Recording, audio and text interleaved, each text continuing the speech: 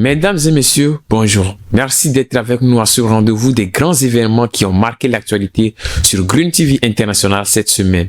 Au menu de cette édition, la deuxième édition du festival La Marmite FESMA a été lancée le 26 avril dernier par le ministre du Commerce Kodjo Adedje sur le site de la foire Togo 2000. Jusqu'au 9 mai prochain, les spécialistes en gastronomie vont nous montrer leur savoir-faire en matière d'art culinaire. Au Nigeria, les changements climatiques augmentent le risque des précipitations. Plusieurs personnes ont été emportées par les eaux et une crise alimentaire commence par s'installer. En Thaïlande, la pollution fait 2,5 millions de victimes de maladies respiratoires. Mesdames et messieurs, c'est tout pour les titres. À présent, le journal.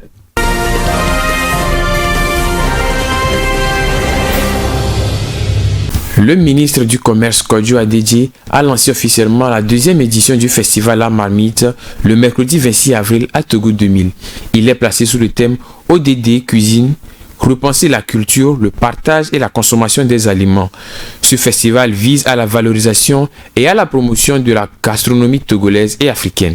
Plus de précisions dans ce reportage signé Alexandra Adekambi.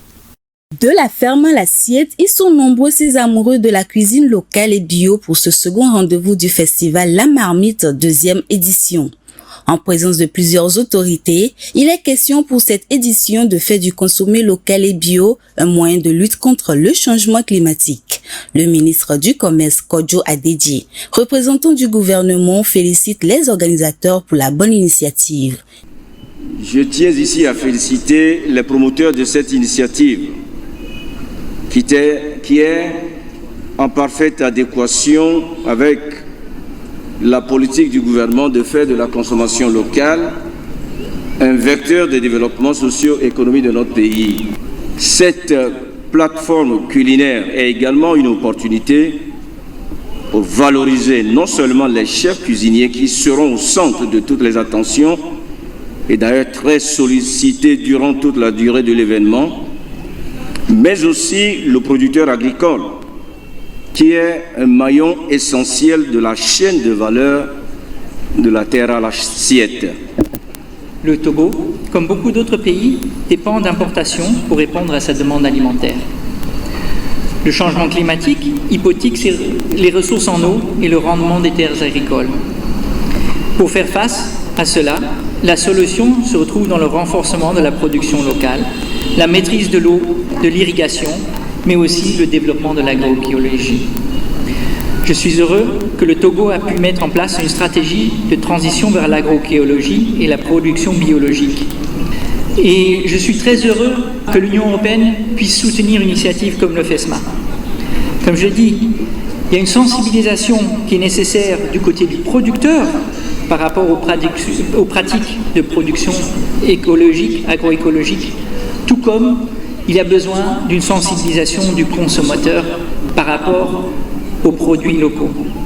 Cuisines et ODD, repenser la culture, le partage et la consommation des aliments, c'est le thème retenu pour cette deuxième édition dans ces innovations. L'actualité nous a incité à adopter, à définir ce thème avec nos partenaires, y compris partenaires institutionnels comme l'Université de Lomé, parce que le FESMA, ce n'est pas, comme je le disais tantôt dans mon intervention, ce n'est pas simplement une question de cuisine, ce n'est pas simplement l'assiette, c'est tout ce qui est depuis la ferme et qui arrive à l'assiette, toute la chaîne de valeur qui quitte la ferme et qui arrive à l'assiette. Donc c'est pour mener cette réflexion à comment faire en sorte que nous produisions, ou nous consommons plutôt ce que nous produisions, pour que nous produisions davantage. Nous en produisons déjà. Personne ne peut lier la qualité de nos productions agricoles. Personne ne peut lier la qualité de notre cuisine. Personne ne peut nier que la cuisine togolaise fait partie de celles en Afrique qui ont une très bonne réputation. Alors pourquoi ne pas profiter de cette cuisine, d'autant plus qu'aujourd'hui tout le monde sait le lien qui peut exister entre ce que nous mangeons et notre santé. Des cuisiniers et chefs venus de plusieurs pays d'Afrique sont déjà présents à ce festival qui réunit plusieurs cultures autour de la marmite.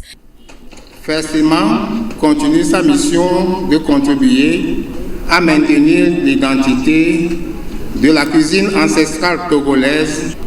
Vous allez découvrir dans ces 12 jours de mets préparés par les professionnels de l'art culinaire, inspirés par le savoir-faire traditionnel avec les ingrédients du terroir togolais.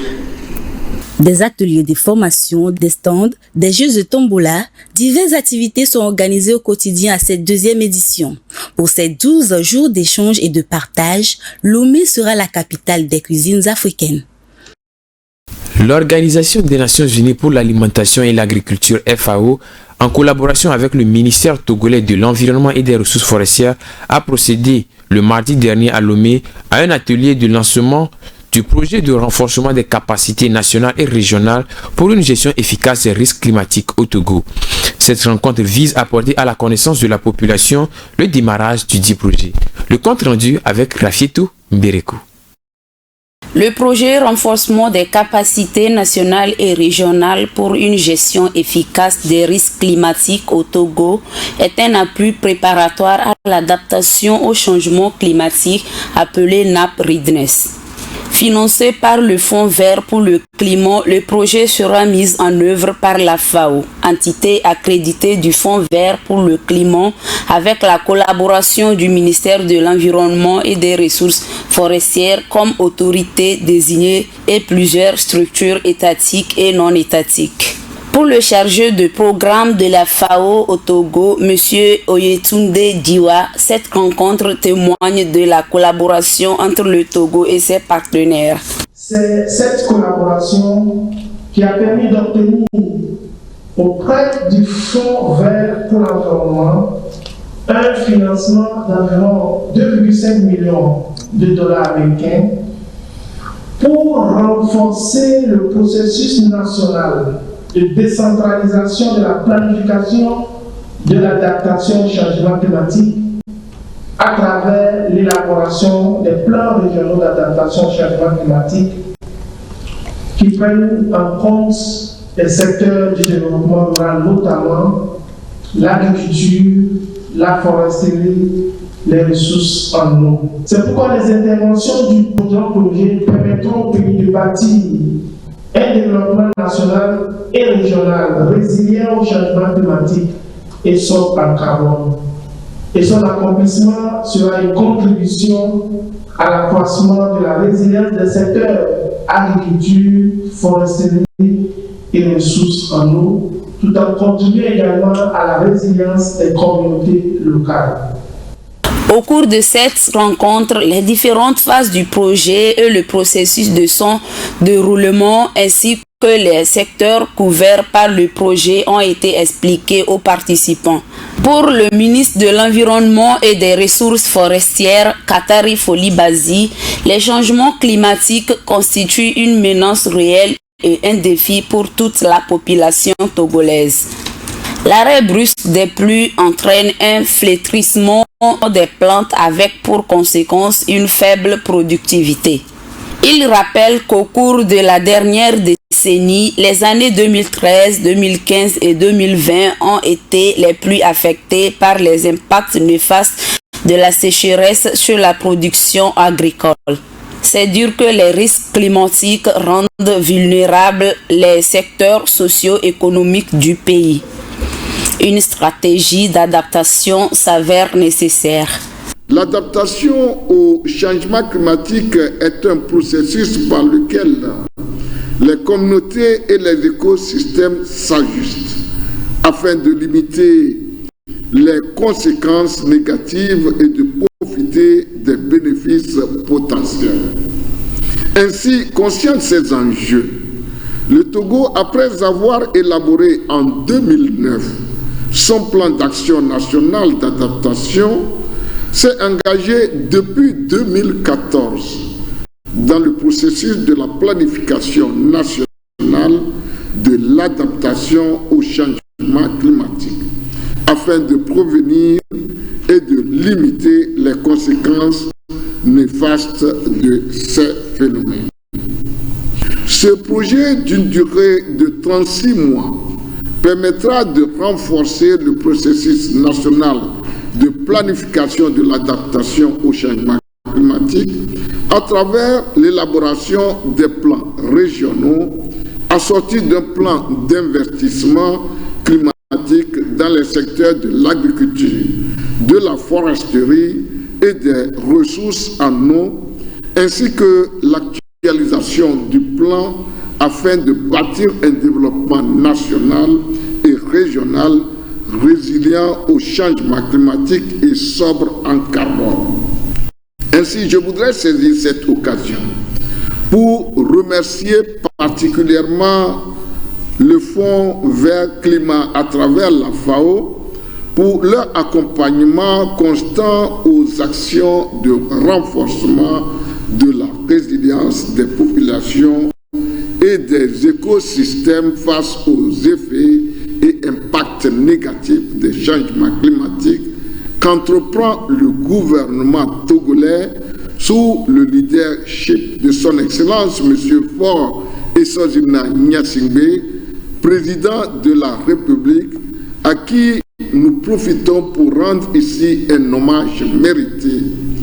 Action traduite dans la feuille de route gouvernementale 2020-2025 à travers le projet 35 et la réforme 6.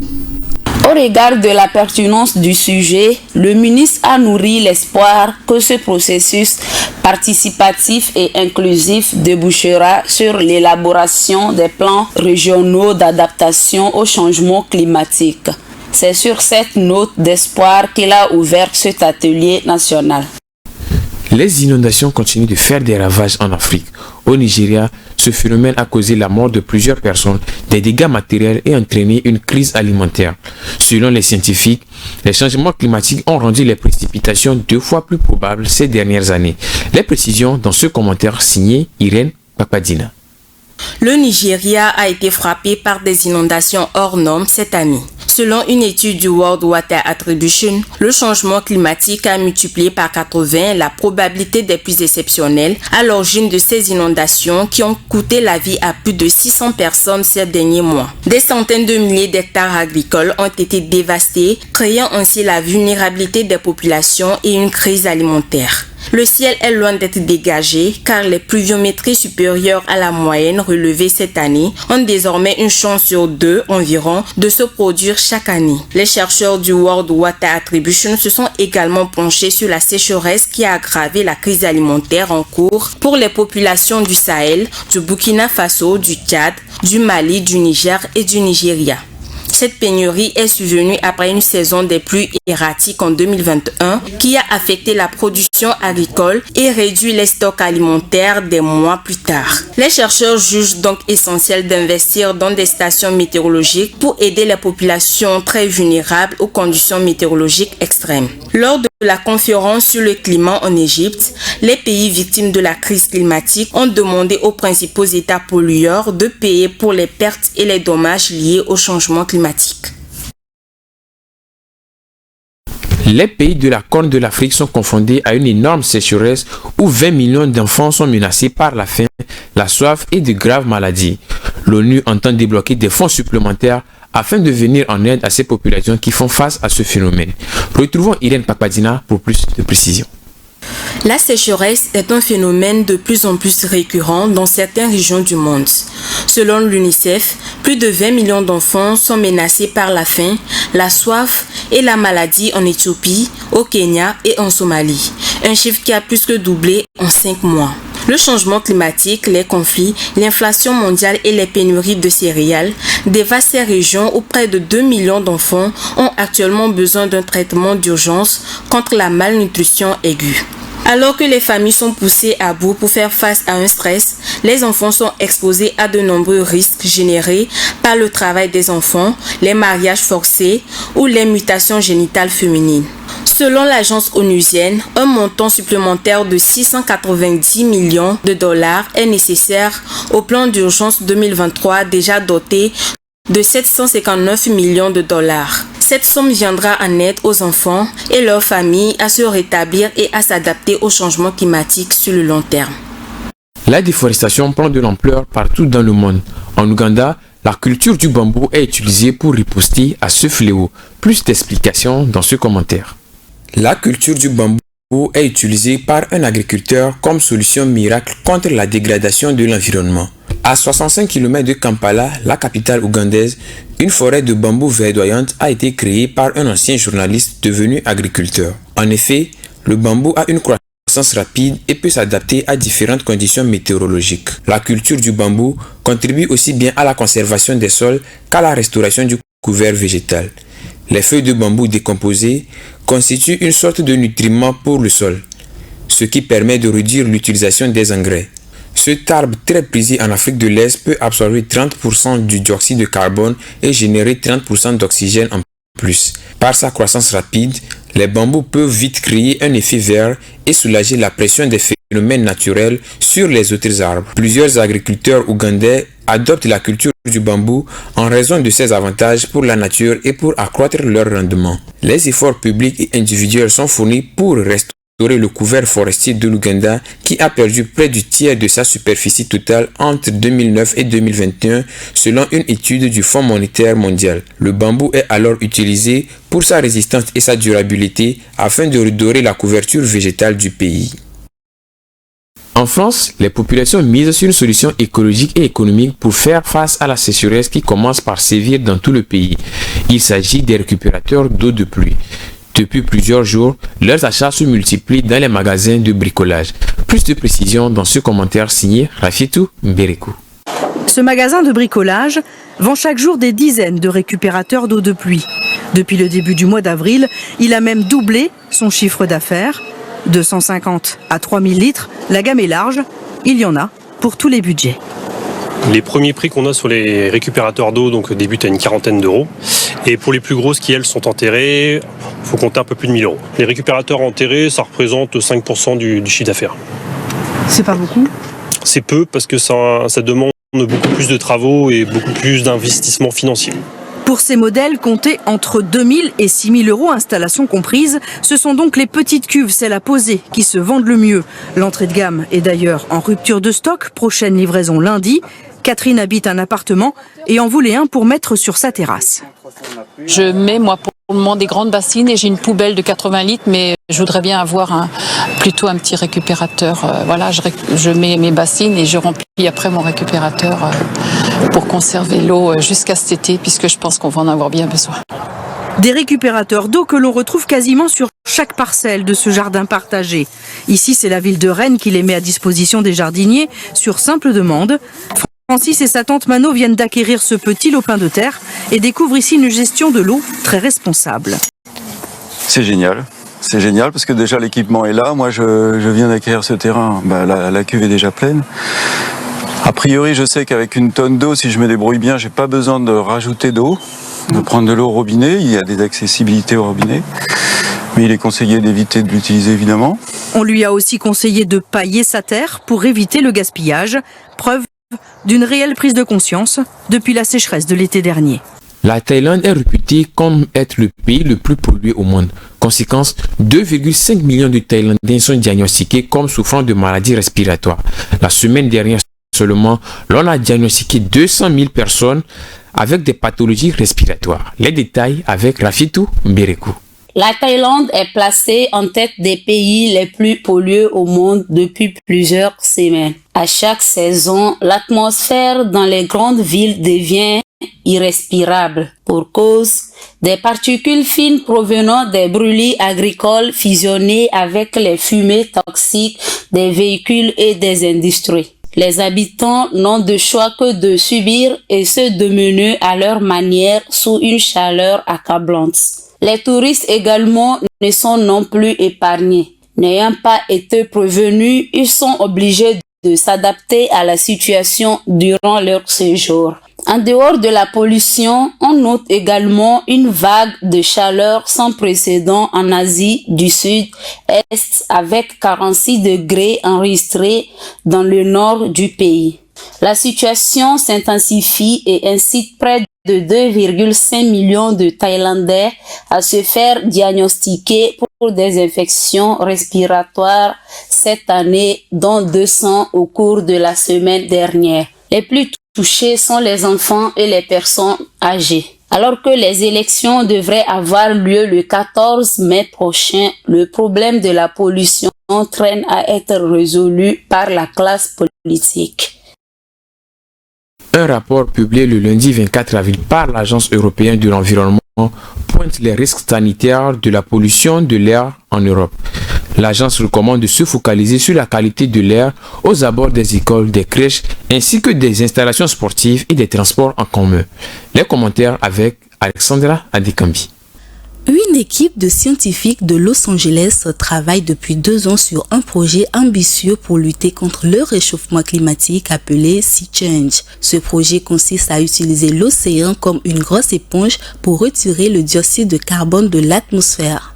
Les scientifiques ont donc développé une mini-usine flottante sur un bateau d'environ 30 mètres de long qui pompe l'eau de mer et la soumet à une charge électrique. L'électrolyse déclenche une série de réactions chimiques qui finissent par neutraliser le dioxyde de carbone initialement contenu dans l'eau. Il se retrouve piégé dans une fine poudre blanche qui contient du carbonate de calcium, un élément que l'on retrouve dans la craie, le calcaire et du bicarbonate de magnésium. Ces minéraux naturels peuvent être relâchés dans l'océan, ce qui permet de stocker le dioxyde de carbone de manière très durable. Outre le retrait du dioxyde de carbone de l'atmosphère, le procédé produit également de l'hydrogène, un gaz essentiel à la transition énergétique qui pourrait propulser les camions, trains ou avions propres de demain. Pour atteindre la neutralité carbone d'ici 2050 en compensant les émissions de gaz à effet de serre, il faut commencer par décarboner les industries les plus difficiles comme l'aviation, la cimenterie, la scierie. Ensuite, s'attaquer au stock de dioxyde de carbone accumulé dans l'atmosphère il y a des années. Pour les chercheurs, ce projet n'aura pas d'impact sur l'environnement marin, une intuition qui reste à confirmer. Le jardin botanique de Rio, conçu pour acclimater les espèces végétales, a mis en lumière son parcours d'arbres géants à l'occasion de la Journée de la Terre. Cette opération a permis de sensibiliser la population brésilienne sur leur environnement. Les détails dans ce commentaire signé Irène Papadina. À l'occasion de la Journée de la Terre, le Jardin botanique de Rio au Brésil a mis en lumière son parcours d'arbres géants pour sensibiliser les populations sur leur environnement. Ces arbres sont menacés et les botanistes souhaitent que tous participent collectivement à l'effort de préservation des forêts uniques du pays, à l'intérieur et à l'extérieur de l'Amazonie. Ce parcours d'arbres présente une avenue bordée de palmiers impériaux. Selon la couleur, plus elle est jaune, plus l'arbre est haut. Vous pouvez voir la couleur jaune beaucoup plus intensement ici, qui est précisément l'emplacement de l'arbre le plus haut du jardin botanique. Elle mesure près de 50 mètres. Créé en 1808, le Jardin botanique de Rio a été conçu pour acclimater des espèces végétales comme la cannelle, le poivre ou encore le thé provenant d'autres continents. Une fois arrivé au pied de l'arbre, il est difficile de voir, car la canopée de la forêt obstrue la cime de l'arbre. Les branches de l'angelim ou du sumauma commencent à se ramifier au-dessus de la canopée normale de la forêt. Aujourd'hui, le Jardin botanique de Rio est une institution de recherche qui vise à étudier et à préserver les espèces végétales locales. Il a reçu environ 400 000 visiteurs en 2022 et ce sentier des arbres géants est aujourd'hui l'un des sites les plus populaires. Tous ces arbres jouent un rôle crucial dans la régulation du climat, la production d'oxygène, la protection des sols et dans la préservation de la biodiversité. L'utilisation des intrants dans l'agriculture permet d'accroître la rentabilité, mais cela n'est pas sans conséquence sur la santé et sur l'environnement. Nous avons tendu notre micro à quelques citoyens de la ville de Lomé pour avoir leur avis sur la question. Voici ce qu'ils nous disent. Avec le changement de l'engrais, les rendements augmentent, mais c'est que au niveau de la terre aussi, ça affaiblit la terre. Après quelques années, la terre n'est plus fertile, quoi. Ce que je propose aux paysans, c'est que ils doivent espacer l'utilisation de l'engrais chimique espacé, c'est-à-dire que utiliser ça cette année, l'année prochaine, tu ne joues plus, ça fait l'année prochaine. Et on peut même fabriquer l'engrais vert chez soi-même, à la maison. Selon moi, l'utilisation de l'engrais agit sur choses, notre santé. Il est bien vrai que c'est le faire, mais bon, on doit penser aussi à notre santé.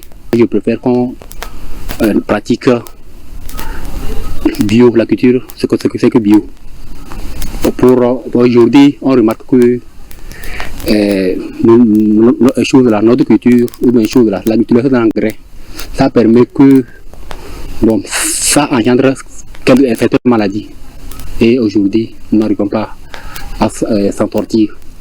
Donc, je lance un appel à toute la population d'utiliser l'engrais, mais pas de façon excessive. Tout d'abord, les engrais sont des substances chimiques qui permettent la croissance des produits agricoles. Ensuite, par rapport à leur impact sur l'agriculture ou l'environnement, il y a des impacts positifs et des impacts négatifs. Sur le point négatif, ces engrais chimiques détruisent les substances naturelles, les substances bio des produits agricoles que nous consommons et qui ne sont pas toujours bons pour la santé. Les engrais chimiques appauvrissent les sols. En dehors des engrais, pour avoir plus de rendement dans l'agriculture, il faudrait promouvoir l'utilisation des engrais plus naturels et moins d'engrais chimiques parce qu'on ne peut pas s'en passer d'eux. Ils sont de nos jours dans le quotidien de tous les paysans. La culture bio qui est forcément recommandable puisque c'est sans produits chimiques et a priori sans grand effet sur la santé. Maintenant, aujourd'hui, si nous devons vraiment consommer uniquement que bio, ça voudrait dire qu'il y a le prix également qu'il va falloir dépenser, qui devrait aller avec. Et avec le niveau de vie moyen dans notre communauté ici, c'est très compliqué, ce qui fait que les producteurs sont souvent obligés d'y ajouter les engrais chimiques pour pouvoir gonfler la production et réduire les coûts et pouvoir servir tout le monde. Sinon, normalement, c'est la culture bio que nous devrions privilégier. Moi, je dirais que les engrais sont vraiment indispensables de nos jours et les impacts que l'utilisation des engrais ont sur l'agriculture, si je peux me permettre de le dire, nous avons des impacts tant positifs que négatifs. Donc, si nous prenons côté positif, nous pouvons voir que ça augmente le taux de rentabilité. Côté négatif, ça appauvrit le sol et on ne mange plus bio de nos jours et c'est ça qui fait que les maladies, pas possible avant, il n'y avait pas certaines maladies, mais vu qu'on mange mal, voilà, on est exposé à tout genre de maladies. En dehors des engrais, moi je préconiserais qu'on puisse laisser nos sols se développer eux-mêmes comme ça. C'est vrai, ça serait un peu difficile, mais quand même, si on arrive à adapter nos sols à ce rythme-là, bon, je crois que ça pourrait faire quelque chose de mieux et on ne peut pas s'en passer des engrais, mais il faut réduire quand même l'utilisation de ces engrais quand même. C'est la fin de cette édition. Merci de nous avoir suivis. Bonne suite de nos programmes sur Green TV International.